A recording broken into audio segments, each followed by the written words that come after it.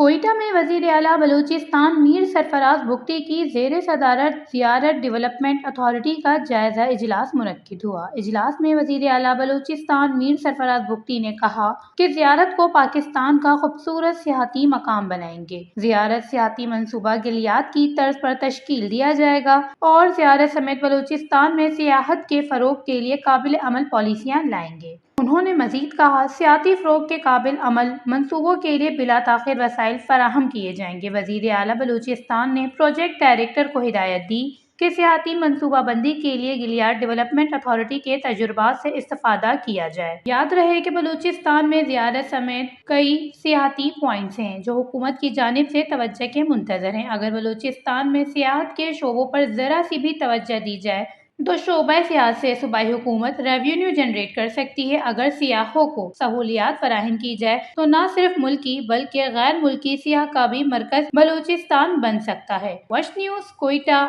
Balochistan.